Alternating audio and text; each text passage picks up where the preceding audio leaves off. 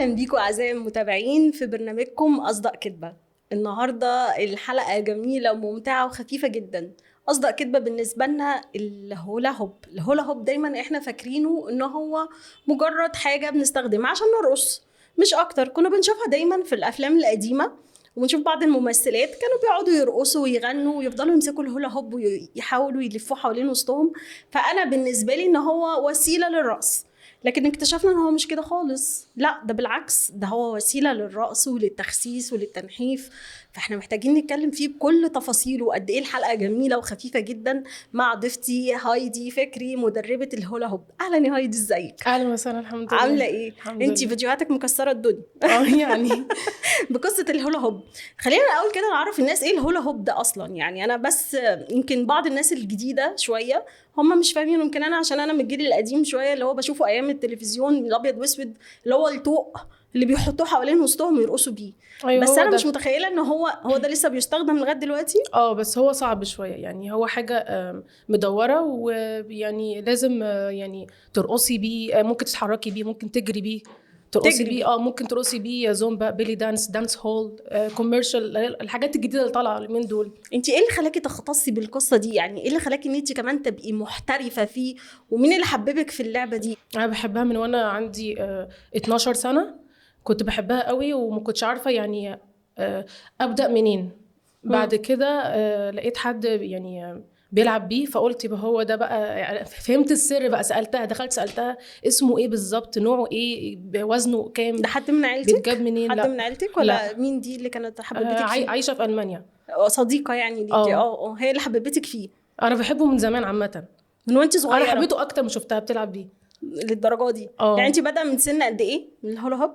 بادئه من وانا عندي 12 سنه، لكن هولا هوب اللي هو بتاع اليومين دول بقى من وانا عندي 25 سنه.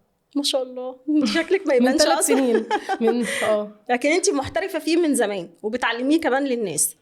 بس يعني اونلاين بس، انما اروح مكانه كده لا، لسه لسه الموضوع ده ما ما اتطورش. حصلش. طيب المفهوم بتاعنا بقى بالهولا هوب هو وسيلة للرقص ولا وسيلة كمان للدايت، وان انا اخس من خلاله وان انا جسمي يتعمل له شيب؟ بيخسس طبعا، بيعدل الوسط، يعني بيعمل وسط وبيعدل المزاج وكده يعني. يعني بيخليكي تخسي اكتر وبيخلي وسطك افضل؟ طبعا، بس لازم برضو دايت. لازم دايت؟ لازم رجيم ونظام غذائي وكده. طب انا سمعت ان هو بيبقى اوزان، وزن اه خفيف وزن تقيل. امتى ان انا استخدم الوزن الخفيف او استخدم الوزن التقيل؟ الخفيف بعد ما تحترفي بالتقيل. التقيل هو بيكون اسهل، بتتحكمي فيه بسهوله. يعني انا الاول ابتدي بالتقيل؟ طبعا ما ينفعش بالخفيف، احنا في مصر للاسف بنبدا بالخفيف.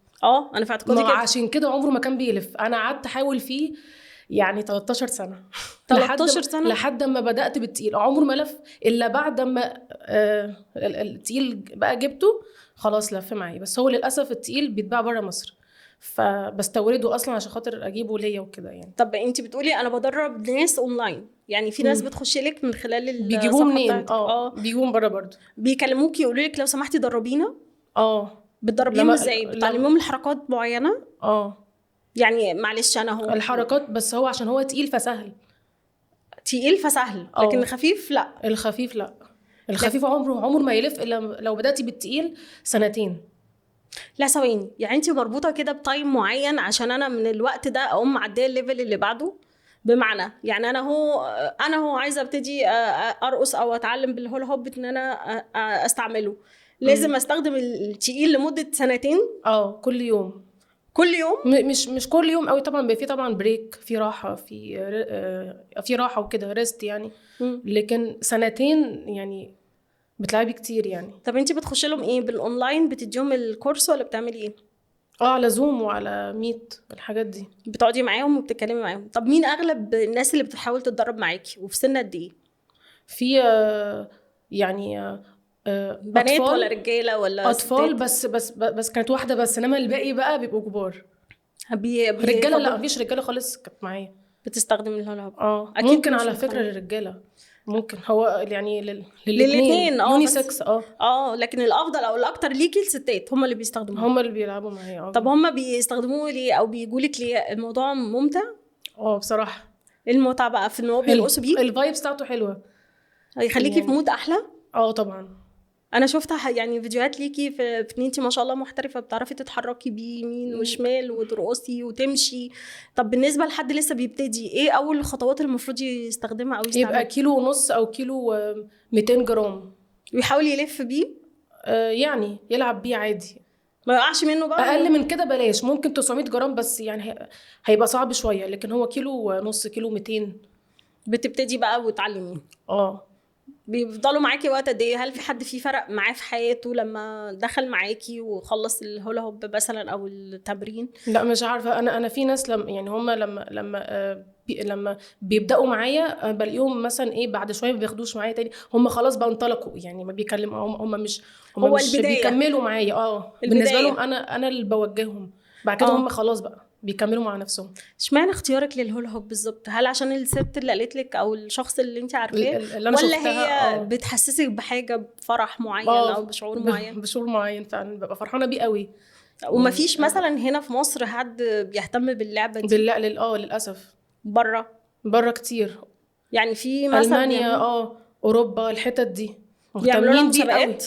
لا بصراحه مش عارفه، لكن في يعني ليه يعني تدريب وكده، بيدربوه اوف لاين بقى اللي هو بره.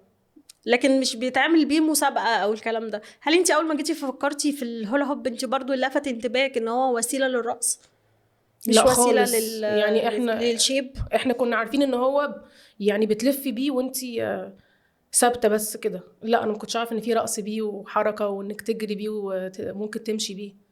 طب انا لما جيت اي حركه. كلمتك قلتي لي لا ده انا خسيت خالص من ساعه ما انا استخدمت الهولا هوب. خسيت شويه خسيت، وبعد كده يعني تخنت تاني بعد كده تخنتي تاني؟ ده وخسيت تاني واتخن تاني واخس تاني وهكذا. كلنا بنعمل كده ده. للاسف. القصه دي الاكل، كل ده عشان الاكل. عشان الاكل لازم دايت. الدايت اوكي تمام، بس هل هو بقى دلوقتي واحده عندها بطن، يعني اغلب الستات مشاكلها في قصه البطن، لازم اكل، نظام غذائي لازم. طب مع الهولا هوب، مش الهوب لوحده. طب هل ينفع ان انا اتدرب بالهولا هوب بطريقه ان هو كمان بيتحط حوالين البطن، ان انا اكون واكله، او لازم بطريقه معينه لما ما تاكليش؟ انت هتلعبي دلوقتي الهولا هوب هتاكلي هيبقى هتلعبي كمان ساعه، والعكس هتلعبي تاكلي كمان ساعه. يعني انا ما اكون ما فطرتش، او لو انا فطرت لازم اعدي ساعه عشان لازم ساعه اكل وشرب، علشان بيفرق معاكي اكل وشرب. طب المفروض ولو حامل ما ينفعش تلعب بيه، لو حامل ممنوع ما ينفعش. الحوامل. ولو واحده لسه قايمه من ولاده مثلا والكلام ده برضو، هل ده صح ولا تستنى مش؟ شويه، تستنى شهور، لا لسه برضو. يعني هو اصلا يعني اكتر حاجه ليه شيب الجسم ولا رياضه؟ يعني انا دلوقتي ربطاه ان دي وسيله عشان اخلي وسطي قد كده. ما هو برضو نظام اكل ملاش لازم لازم هي ليها علاقه طبعا. هو بيخسس جدا، بس لازم نظام اكل هو اللي هيظبط الدنيا. طبعا. يعني انا لو بلعب وباكل ولا حياه لبنتونيتي. انا مجربه بصراحه. انا مجربه يا ستي بقى. الموضوع زعلت ما حصل كده، كنت فاكره هو اللي هيخليني اكل براحتي. يعني كنت فاكره كده بصراحه. يعني انت بتتدربي قد ايه في اليوم؟ ساعه، نص ساعه، كل يوم 5 مرات في الاسبوع. 5 مرات يعني ده بقى يعني لازم عندي اريح. يعني بدأ عندك نمط حياه. انا لازم اصحى الصبح العب حتى لو انا مش بحب العب بيه كل يوم. طب ايه طموحك في الهولا هوب لما تكوني في مصر؟ يعني ايه اللي بتتمني ان مثلا مصر تهتم بيه برياضه زي دي؟ سؤال صعب. يعني يهتموا بيه اكتر. هو عامه اللي بيحب حاجه يلعبها يعملها. بيحب سباحه يلعب سباحه، لكن مش عشان هولا هوب فخلاص بقى يا جماعه العبوا زيي، يعني فاهميني. طب كميه الافواج الكتيره اللي بتتابعك على التيك توك، حتى لو هم الناس هم راحوا لهايدي علشان ايه؟ عشان هايدي بتعمل حاجه مختلفه في وجهه نظرك؟ انا شايفه كده عشان هي حاجه جديده، ولا هم مستمتعين وهم بيشوفوكي وانتي بترقصي؟ قالوا لي كده، وبرضه عشان كده قالوا لي احنا بنبقى فرحانين واحنا بنشوفك، بنبقى عايزين نعمل كده، وصعب ان احنا نعمل كده. انت قفلتيني. تدريب بقى كل يوم تدريب. الموضوع سهل. طب بالنسبه للاطفال، المفروض ان الطفل يبقى من سن كام عشان يبتدي هيلا هوب؟ 6 سنين. بياخد وزن قد ايه بقى؟ 900 جرام، يعني تحت الكيلو بقى يعني بلاش فوق الكيلو، هو صغير جسمه صغير، يعني مش هينفع كيلو وحاجه. طب وهو هيبقى صعب شويه، ينفع بس هيبقى صعب شويه عليه يعني علشان كطفل يعني بالنسبه لي. طب الاطفال بتلاقي مين اكتر اللي بتجيلك، اولاد ولا بنات في السن الصغير؟ بنات. ما فيش ولاد خالص جولي، ولا كبار ولا صغيرين، ولا حتى طفل؟ لا ما حاولش بالقصه دي. مع انه والله حلو الاثنين يعني، عادي، شايفه انه عادي. بس حاساكي مستمتعه بيه، يعني انا حاسه ان انت لاقيه نفسك فيه قوي الهولا هوب. بحبه قوي، الموضوع معاكي واخد. بحبه قوي قوي يعني قوي. اللي هو لدرجه ان انت محترفه فيه وبتعرفي ترقصي وبتعرفي تمشي. طب انت خدتي وقت قد ايه عشان تبقي محترفه كده؟ بالظبط 6 شهور. 6 شهور كتير ولا قليل؟ لا معقوله. يعني ان انت تبقي كده ده حاجه ممتازه بصراحه، ان انت تعملي الحركات وتمشي. انا شفت فيديوهات ليكي ان انت ممكن تجري بيه برضو في الشارع بقى، لو مثلا تجري في حته واسعه، اصل في البيت اجري فين؟ فاهماني؟ ففي الشارع ممكن تجري بيه في الشارع، والله بجد. جربتي قبل كده؟ في الشارع لا، ممكن اروح الاهرامات مثلا. لو مشيتي فيه لا بس هيبقى حلو. عشان الاهرامات هي رمز بتاع مصر، فممكن اروح هناك بقى اجرب. طب انت واصله الوزن قد ايه لغايه دلوقتي؟ انا وزني كام؟ لا الوزن بتاع الهولا هوب اللي بتستخدميه. انا عندي 2 كيلو ونص، ده اللي هم الادفانسد، ما ينفعش اللي هم لسه بادئين. عندي كيلو ونص، عندي كيلو 200، وعندي كيلو 800 جرام. ده اللي انت دلوقتي حاليا بتمشي عليه على حسب الاوزان. دول اللي عندي 4. يعني مش عارفه اقول لك، انا استمتعت معاكي جدا. وانا الحلقه كمان لذيذه وجميله، وبجد الهولا هوب ده حاجه حلوه قوي. اتمنى ان انا اعمله، بس انا ما اقدرش، متهيألي صعب عليا. لا سهل طبعا، اكيد. هتاخديني بجد؟ ممكن من اي سن اي وزن عادي يعني نبتدي. اتمنى. نورتيني جدا يا هايدي. ان شاء الله اشوفك كده محترفه، واللعبه دي تبقى حاجه عالميه، وتبقى ان شاء الله واخده جوائز كبيره فيها.